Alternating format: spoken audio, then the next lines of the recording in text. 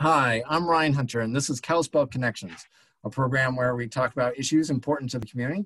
And with me today is Lance Isaak, the chair of the Kalispell Public School District School Board. Hi, Lance. How you doing, Ryan? All right. So, Lance, obviously the past year has been challenging for just about everyone with the pandemic, but obviously presents particular challenges for our schools. Could you speak a little bit about those challenges from your perspective on the school board, but also what you see as the successes that you were still able to realize within the school system despite those challenges? Yeah. So, one of the biggest challenges, our board of trustees, made it a priority that we provide in-person education 5 days a week. And, the teachers, the administration, and everyone else that makes a school district work pulled together to make that happen. And, the fall was kind of a scary time, I think, for everybody, as the numbers include. But, really proud that people stuck with the plan. Masks, washing your hands, watching your distance as much as possible. And we did not close down for a single day. Pretty incredible when you look at the size of our district.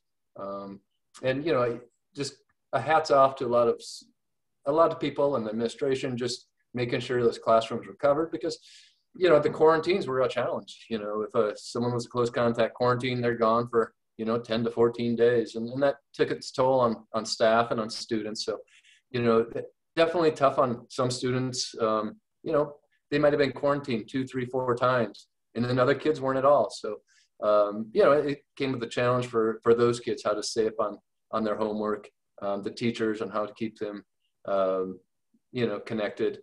So it was a team effort, and really proud that we were able to do that. The other component of that was providing, an online education for those folks who didn't feel it was safe to have kids back in school for whatever reason that might be, health concerns or whatever. But and so having that pulled together for, it ended up being about, I think, 13% of our student body elected to be online, and and that was something that just was kind of pulled together, and we were able to shuffle staff and make it work. So just really proud of how our new superintendent was able to get everyone to pull in the same direction, and just proud of our school district and our community for supporting the school to make that happen. So, yeah. Yeah, I feel very fortunate that our schools were able to stay open. Just witnessing what occurred in other states, where some states, their schools were closed until just recently, and I think we were very fortunate that we were able to keep our schools open. Yeah. And I'm also the director at the Flathead Youth Home, and just seeing how at-risk youth here have done. Last spring the online education was tough, and I think everybody was doing the best they could to get through. But particularly those students with IEPs, it was the in-person education makes all the difference when they can get there and get the hands-on and a teacher right beside them to help them explain and connect them. World of difference. So, those at-risk kids, the kids that depend on getting meals, mental health support. I mean, the schools being open, just incredibly important safety net for the kids, but, also for those parents that, they still need to go to work. They still need to know where their kids are going to be, and daycare. I think daycare is expensive, and it's not ideal. The schools help with that too. So it is a great thing for our community to be open 5 days a week. And just proud to be a part of that. Obviously, a big part of that was the mask wearing, the mask mandate. I know there was kind of a difficult decision not long ago about continuing that. And you heard from a lot of folks in the community who had a lot of concerns about it. Can you talk a little bit about that process and that decision-making that occurred in the school system about continuing the mask through this year, and what your experience was with that? Yeah, we definitely heard from both sides. We had a special board meeting just to address that policy and where it was. We did it in person. We had, I want to say probably 150 people come to that meeting. And, we had a pretty even split of people who presented there. I think half the people wanted us to take off masks. The other half said, please keep masking. So, we heard from that. But the overwhelming number of emails that were written to us were keep masking. And I want to say probably 90% of the people I can't remember, 600, 700 emails that were sent, 90% of the people said, keep masking, it's working. The teachers, 83% of people said, keep masking, And so on the one hand, I thought we did a good job of listening to both sides. It's a shame that, one side did not feel heard, but it seemed the best evidence to support keep doing what we're doing, because not every community has been successful, and wearing masks, it just ups the odds that we're not going to be spreading, and it's working. And I very much would like to get through the school year, and I think a lot of people would, and it's a challenge, and we just want to make sure, everybody's as safe as we can make it. Yeah, and, with the vaccination rates and the COVID numbers, it looks like, we could be a few months away from being able to relax a little bit more on that and see a end to this, which would be, I think we all would like to see that. In terms of moving forward into next year's school season, next fall, what do you envision? Do you envision it to be back to normal, or what's kind of the preparation work going into next year? Do you know? What's your thoughts there for next school year? It would be great to be open without masks. But, again, we got to see how it goes this summer. I mean, as new variants come out, data may shift, and, definitely don't want to commit to something we can't do. Because, again, we want to be in person. We want to be safe.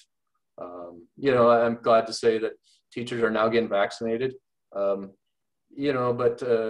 it's unfortunate that they were moved down in the tier system, and the vaccinations that have been taking place for teachers have been coming from the federal level and through Senator Tester's efforts of connecting pharmacies to it. So, and again, it doesn't seem like it's a priority for the state even at this time to get teachers vaccinated. And, I know other communities have been able to access vaccinations, and we're maybe lagging a little bit behind for the teachers. And, but it is what it is. But through the summer, hopefully we can get folks vaccinated. And, I know the vaccinations are going, 16 and above, and maybe looking at some tests for 12-year-old kids. So, again, I think it's as a community, as a nation, we got to get to a place where, maybe it's viewed as the flu, because what do you do? There's a lot of unknowns about what happens next year if someone has COVID. Do they have to quarantine? Is there, there's just a lot of unknowns at this time. Right, understandable, of course. So moving away from just the pandemic concerns, obviously Kalispell and the Flathead Valley seen tremendous growth, and I imagine you're seeing that in our school system as well. And there's, anytime you have growth, you run into funding issues and the challenges of keeping up with that growth. What does it look like for the school district in terms of moving forward and trying to cope with the increase in growth and just moving the school system forward and what you're looking at in the future? So Kalispell Public Schools, it's combined of two districts. There's the high school district, which incorporates anywhere from Marion to Creston, north to about halfway up to Whitefish, and then all the way down to Lakeside. So it's a big high school district. And then we've got the city of Kalispell, basically, is their elementary district, K through 8. So we got two different districts, and they both look similar, but yet different. Fortunately, we decided last night at our school board we're going to be running a general fund levy at the elementary level, realizing that we're just kind of falling behind, and as we keep moving forward, the cost of living continues to increase. We got to keep competitive for our teacher salaries and our administrative salaries, so that we continue to attract the best and brightest to educate our kids. High school district's a different picture. We've been fortunate. The high school district continues to grow, but we haven't been able to pass a levy. So the number of students influences how much state funding we get, but we've also kind of cut ourselves our budget to the bone. I mean, we've had to get rid of hall monitors and lunchroom monitors, and sometimes we're not able to rehire a position, and so it's just been it's tight, and so we're moving forward. We did not pass a high school levy in November, but we're moving forward with a tech levy. I think everyone realizes and understands that technology is a huge part of the future, but they've really come to appreciate how much we've depended on this past year. So, that would help us move forward a little bit. So the funding's always a challenge for School District 5. But as for growth, we definitely saw growth at the high school district. We saw about 120 new students.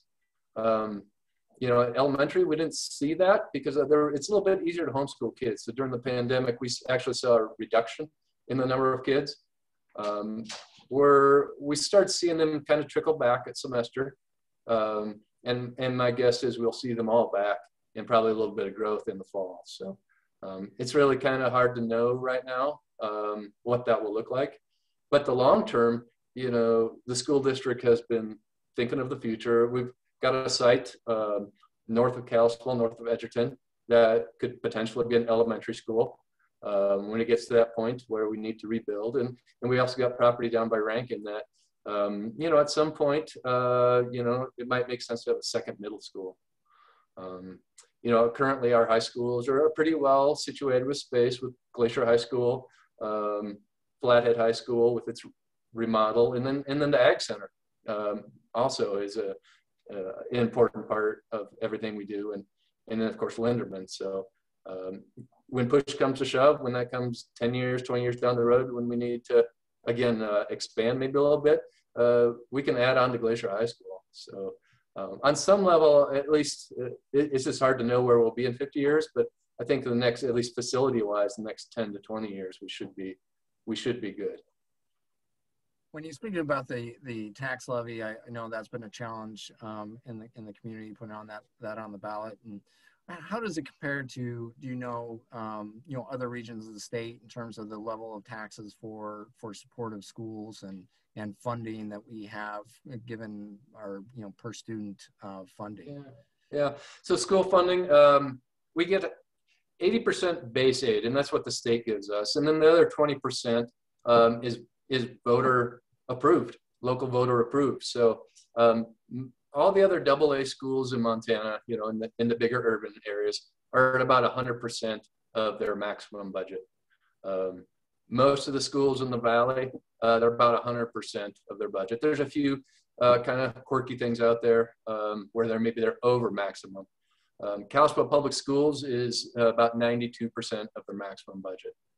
So, that's concerning. Each year that, we continue to grow and we're not able to pass levies, we fall a little bit behind that maximum budget.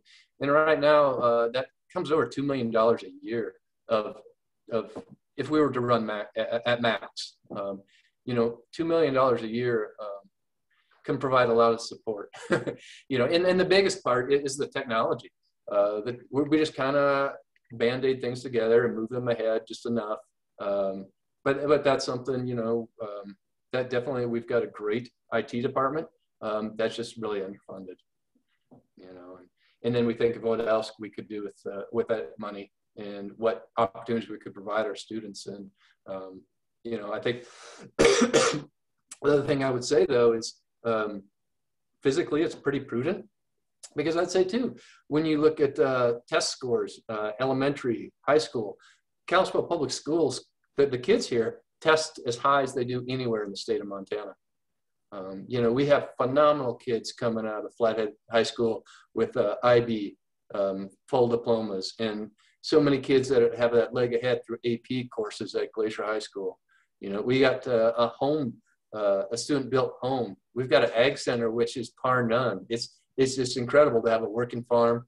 And, you know, so we're getting kids ready, whether they're going to go to school or straight to the workforce, a pretty diverse education on a pretty shoestring budget. So, and that comes down to a bunch of leadership and teachers who believe in the mission that we're doing, but also a community that has, values their kids and their education.